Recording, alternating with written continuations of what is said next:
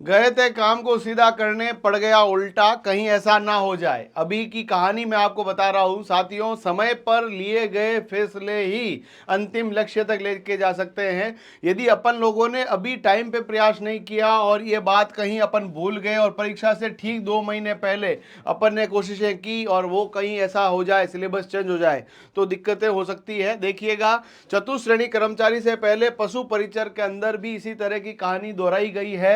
कई सपनों के साथ छलावा हुआ है, कई लोगों की सरकारी नौकरी आते आते रह गई। देखिएगा, इस कहानी को शुरू करते हैं और इसको समझने का प्रयास करते हैं कि पशु परिचर की वैकेंसी 2024 के नाम से जानी जा रही है, वो वैकेंसी 2023 की है। सबसे पहले इस वैकेंसी के लिए साथियों आपको मैं बता देता हूं, 13 अक्टूबर 2023 से इसके फॉर्म हुए थे शुरू। 2023 की बात है, कहानी को थोड़ा ढंग से सुनिएगा।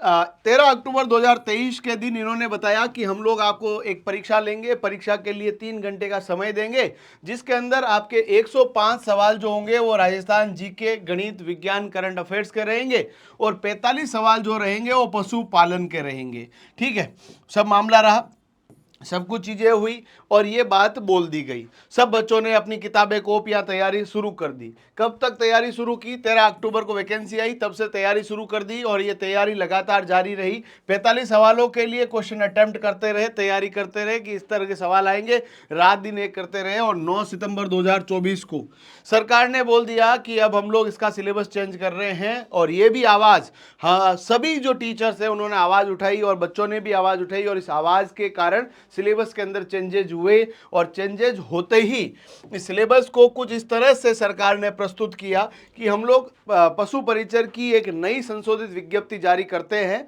और प्रश्नों की संख्या अभी भी 150 है, अंकों की संख्या भी 150 है, परंतु हम लोग यहां पर जो है भारांक को कुछ इस तरह से बांट रहे हैं कि यहां पर आपके पास भूगोल के सवाल आएंगे, इतिहास, कला, संस्कृति के ये सवाल आएंगे, विज्ञान के यहाँ से पूछेंगे, करंट अफेयर्स पूछेंगे, साथ साथ में गणित। और पशुपालन का जो सिलेबस वो इतना बड़ा था उसको काट के इतना सा कर दिया। बच्चे में एक नया कंफ्यूजन कि जब आपने सिलेबस इतना छोटा कर दिया, क्या पता आप लोग सवाल भी कम पूछे। ये कंफ्यूजन उन्होंने क्लियर नहीं किया। बच्चा 45 सवाल अपने दिमाग में लेकर गया और परीक्षा के दिन उसे पता चला कि हमारे पास जो सवाल आ रहे हैं, जो सवाल आपसे पूछे जा रहे हैं, वो आपके पास हो गए कि पशुपालन जो सरकार ने बोला था कि हम लोग 45 सवाल पूछेंगे, सवाल की संख्या आ गई 22 से 25। यानी यहां से जो बात की जाए करीबन 20 सवाल, यानी 20% तो मामला उलट सुलट हो गया कि नहीं हो गया। कहीं ऐसा हमारे चतुश्रेणी कर्मचारी में ना हो जाए। सिलेबस चेंज करने के लिए यदि आवाज उठानी है, टाइम पे उठा दीजिए।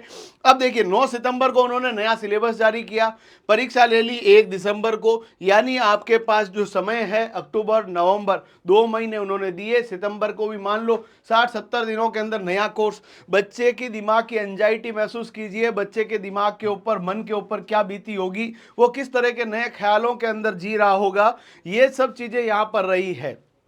तो आप सब लोग यदि सिलेबस चेंज कराना चाहते हैं तो कमेंट में बताइएगा। मैं नहीं चाहता कि पशु परिचर वाली किसी भी बच्चे में हो। मैं नहीं चाहता कि किसी के सपने उड़ान में चढ़ने से पहले उनके गले घोंट दिए जाए। मैं ये नहीं चाहता कि किसी भी बच्चे के साथ कोई नाइंसाफी हो। हम सब राजस्थान के नागरिक हैं, राजस्थान भारत का एक बहुत बड़ा राज्य है। हम ये चाहते हैं कि राजस्थान की बेरोजगारी दर के अंदर जो बच्चा राजस्थान का है उसको सबसे पहले नौकरी के अंदर अवसर मिले। मैं तो इसी माध्यम से ये भी कहता हूं, भजन लाल जी को भी कहता हूं, सबको ये कहता हूं कि राजस्थान की नौकरी के अंदर कुछ नहीं, लगभग 90% सीटें राजस्थान के निवासियों के लिए रखी जाए और करीबन 10% सीटें राजस्थान के बाहरी राज्यों को यदि देना चाहें तो दे सकते हैं। बाकी राजस्थान के नागरिकों के लिए सीटें अनिवार्य रूप से होनी चाहिए। खैर वो अलग बात है, वो अलग मसला है। मैं अभी आपको यही कहना चाह रहा हूं, पशु परिचर के अंदर लगभग 35 से 40%, क्योंकि 60 सवाल, लगभग 55 से 60 सवाल हर पेपर में आपके पास राजस्थान जीके के रहे हैं। यानी करीबन 35 से 40% राजस्थान जीके उसके अंदर रहा था। तो मैं आपको भी कहता हूं कि अभी जो राजस्थान जीके का वेटेज करीबन 16.5% के आसपास है, जीके जीएस का वेटेज मिलाकर तो थोड़ा 38% के आसपास होता है, पर यहां पर भी जो है वेटेज को बढ़ाया जाए। अभी 16% है, उसको कम से कम 35% तक लाया जाए ताकि न्याय संगत हो। कई बच्चे इस तरह के राजस्थान के मैसेज कर रहे हैं, सर आप सिलेबस चेंज कराने के पीछे पड़े हुए हो, आप ये कर रहे हो, आप बच्चों को भ्रमित कर रहे हो, मैं साइंस का स्टूडेंट हूं, मैं मैथ्स का स्टूडेंट हूं, मैंने ये पढ़ रखा है, वो पढ़ रखा है, आप सिलेबस क्यों चेंज करवाना चाह रहे हो। तो सबके हित में होना चाहिए, ऐसा भी नहीं कि किसी के ज्यादा हित में हो जाए। ये जो सिलेबस के चेंजेस के भी दौर है ना, ये काफी लंबे समय बाद में, आपको 2013 की आरएस की वैकेंसी के बाद ये सिलेबस के ऊपर बहुत ज्यादा बदलाव के ऊपर बहुत ज्यादा चर्चाएं रही। उससे पहले राजस्थान जी के अपने डोमिनेशन में था, पर साइंस वाले बच्चे आए बोले राजस्थान जी के नहीं, हमें तो साइंस भी पूछो, गणित विज्ञान भी पूछो, है ना, साइंस गणित, है ना, कंप्यूटर भी पूछो, वो भी पूछो, ये भी पूछो। तो सरकार ने बोला ठीक है भाई, तुम इतना कह रहे हो तो पूछ ही लेते। अब जब ये पूछने लगे तो हमें लगा ना ना ना, अब तो तुम वो भी पूछो वापस। तो जीके का वेटेज थोड़ा बढ़ना चाहिए, इसमें कोई किंतु परंतु नहीं है।